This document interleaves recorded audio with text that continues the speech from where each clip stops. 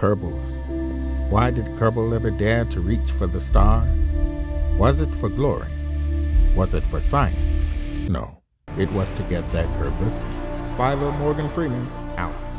Kerbal Space Program is a pain and failure simulator that showed me just how stupid I really am. To put it simply, this game is all about building spaceship, flipping spaceship, and crashing spaceship. Yet still, somehow Kerbal Space Program has managed to make failing a simple task for hours on end fun. It's one of the few games that I've played for this many hours, and at the end of it, still felt like I have no fucking clue how to play it. So just in case I'm not being absolutely clear, viewer discretion is advised, because I do not, will not, and cannot play this game correctly. However, from this point onward, any shortcomings or lack of intelligence on my part will be vehemently refuted and blamed solely on the game. Let's get started by talking about my science-last code of conduct. First off, I did not watch any tips videos and looked up the absolute minimum amount of things possible in order to maintain that authentically masochistic experience. Secondly, I do not let Kerbals die. I probably should have, but I don't, especially not Jebediah, Bob, or Bill. I mean, I've probably got 60 hours just in saving the Kerbals alone, but instead of time, let me tell you a quick story to prove my dedication. At around the 120th hour, I had stranded just about every Kerbal I had on the moon because I wanted to reduce my carbon footprint by making every mission a one-way trip. However, I ran into a bit of a moral dilemma. I mean, the ice is cool,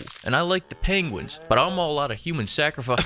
I mean, Kerbals. So for 20 hours across 2 real days, staying up to ungodly hours, I was in a constant loop of building, tweaking, flying, and failing to bring our boys home. Eventually having to cave into buying the DLC so that I can get those goated-based S-tier engines, only to then discover that all of them are in the final goddamn tier that I couldn't unlock because I was too broke. Yet still, in much due time, I prevailed, finally landing on the moon at around 3 AM, but only now, after 21 hours of losing my sanity, I discovered that I had put the single most durable piece of equipment over the hatches of every mobile processing science unit on the moon, entombing and trapping almost every Kerbal there. And if you try to break off the wheel, you're just gonna blow up the whole goddamn ship. Trust me, I tried. But our savior mission was pointless. 39 buried.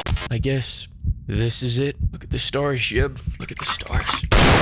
My third principle is that I drive my ships off of feel. You won't catch me using the nav ball. I don't even believe that shit exists. I built this big beautiful ship, and all I need is a map and my god-given senses. Sure, does this make orbiting about 70% guesswork and increase the time to get a good orbit by about an hour? I mean, yeah. But the point is, 0 found. let's talk about building ships, planes, and hellish abominations. Starting with ships, in the beginning of the game, you just want to make sure that they can go up. Then the big question is, how do I get them to come down without violently exploding? My solution was finding ways to shoot the rocket even higher. Enter the invention of the cock rocket, given this name due to its striking resemblance with a giant Johnson. Yes, sir. The cockets, for short, were not the biggest nor the most impressive, but at the end of the day, it's not the size, it's how you use it. And my usage is impeccable. I can't find a clever way to explain the remainder of the ships I've built, as they are unexplainable blobs of mismanaged funds. I mean, some of these ships single-handedly raising Kerbin's climate in just one launch. But luckily for Kerbin, their flight is cut short 25% of the time because it starts flipping its shit before it can even make it to leaving the atmosphere. Now let's talk about building planes. Planes are even more of a pain in the dick than spaceships because you have to align center of mass with thrusting direction with the lift thingy, which took me about 10 hours of plane building to figure out, by the way. Meaning that the first time I was trying to build a plane that could actually go up into the air and float around, I did it all off of looks and feel.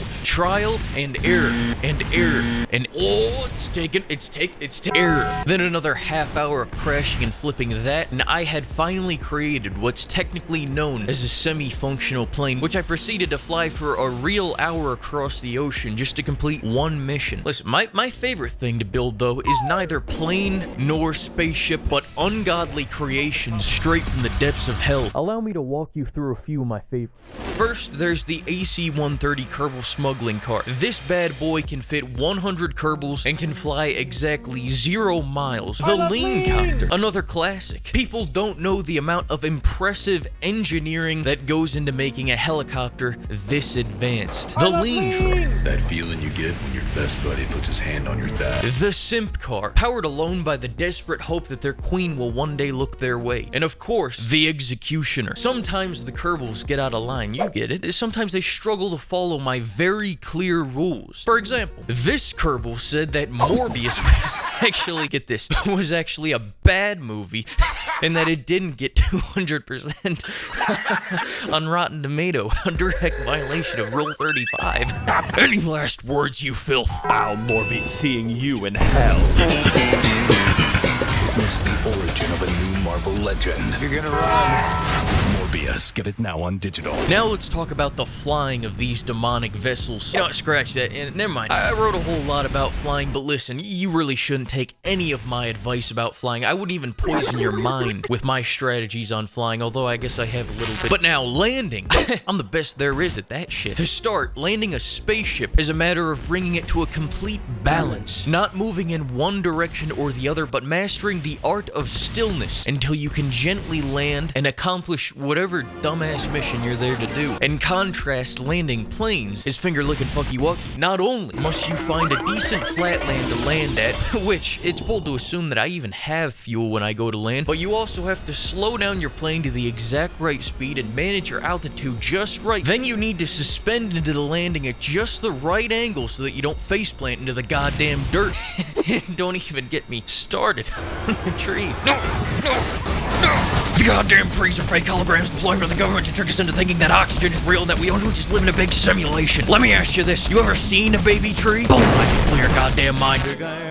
Sometimes when flying your plane, you might just run out of fuel over the ocean. Hey, buddy, it happens all the time, especially when you never plan for a round trip. In this situation, you have two great options to keep your pilot and or, depending on your inclination, the passengers alive. Option 1, you can jump all/some life on board out of the plane and parachute or jetpack them safely into the water. Just, if you're using a jetpack, make sure you lose a proper amount of speed or else you'll vaporize your pilot in one of the most lethal cannonballs of all time. Option 2, you realize you have no fuel and you're already hurling towards the water. What do? You crash that bitch, but you crash it in just a way that breaks only the peripheral compartments other than the cockpit and the passenger cabin. Option 3, this one doesn't involve land, and instead of telling you, let me just roll the tape. Jesus Christ, does that ship even fly? What's the delta V on that piece of garbage? If you had any more lean, you're gonna blind mission command. Why are the frames dropping? A group of most maidenless Kerbals. And by maidenless, I mean no hoes. Maidenless Kerbals. I mean no hoes. No hoes. No hoes. No hoes. No hoes. No hoes. Out. Maidenless Kerbals.